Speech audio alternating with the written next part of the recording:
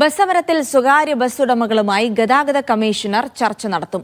പാലക്കാട് വെച്ചാണ് ചർച്ച. വിദ്യാർത്ഥി കൺസെഷൻ വർദ്ധിപ്പിക്കണമെന്നാവശ്യപ്പെട്ട് നാളെ സൂചനാ സമരവും 22 മുതൽ അനിശ്ചിതകാല സമരവും ബസ് ഉടമകൾ പ്രഖ്യാപിച്ചിരുന്നു. സനൂപ് വിവരങ്ങൾ നൽകും. സനൂപ്, ഒരു ചർച്ചയിലൂടെ കാര്യങ്ങൾ പരിഹരിക്കാമെന്നുള്ളതാണോ സർക്കാരിന്റെ പ്രതീക്ഷ?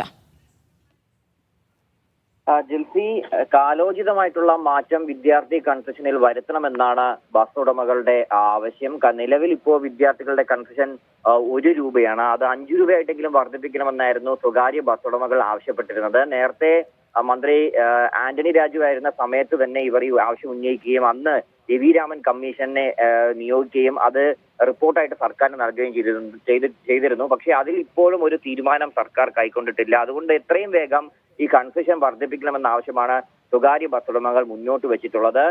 ആദ്യഘട്ടം എന്നോണം ചർച്ച നടത്തുന്നതിന് വേണ്ടിയാണ് ഇന്ന് പാലക്കാട് വെച്ച് 9 മണിക്ക് ഗതാഗത കമ്മീഷണർ CH നാഗരാജ് സ്വകാര്യ ബസ് ഉടമകളുമായിട്ട് ചർച്ച നടത്തുന്നത്. നാളെയാണ് അവർ ഈ ആവശ്യം ഉന്നയിച്ചുകൊണ്ട് സൂചനാ സമരം നടത്താൻ ഉദ്ദേശിക്കുന്നത്. ചർച്ച പരാജയപ്പെടുകയാണെങ്കിൽ നാളത്തെ സൂചനാ സമരവുമായിട്ട് മുമ്പോട്ട് പോകും. അതിനോടൊപ്പം തന്നെ 22-ാം തീയതി മുതൽ അനിശ്ചിതകാല സമരത്തിലേക്ക് നീങ്ങാൻ തന്നെയാണ് അവരുടെ തീരുമാനം. ഇന്നിപ്പോ ഈ ചർച്ച നടത്തിയതിനു ശേഷം ആവശ്യമെങ്കിൽ ഗതാഗത മന്ത്രി KB ഗണേഷ് കുമാറും സ്വകാര്യ ബസ്സുകളുമായിട്ട് ചർച്ച നടത്തും. ഗതാഗത മന്ത്രി ഇന്നിപ്പോ തൃശ്ശൂരുണ്ട്. ഒരുപക്ഷെ അദ്ദേഹം ഓൺലൈനായിട്ട് ഈ ചർച്ചയ്ക്ക് ശേഷം ഇതിൽ ചർച്ച നടത്താനും സാധ്യതയുണ്ട്. എന്തായാലും ആദ്യ ചർച്ച ഗതാഗത കമ്മീഷണർ CH നാഗരാജുവുമായിട്ടാണ്. ശരി, സനൂപാണ് വിവരങ്ങൾ നൽകിയത്.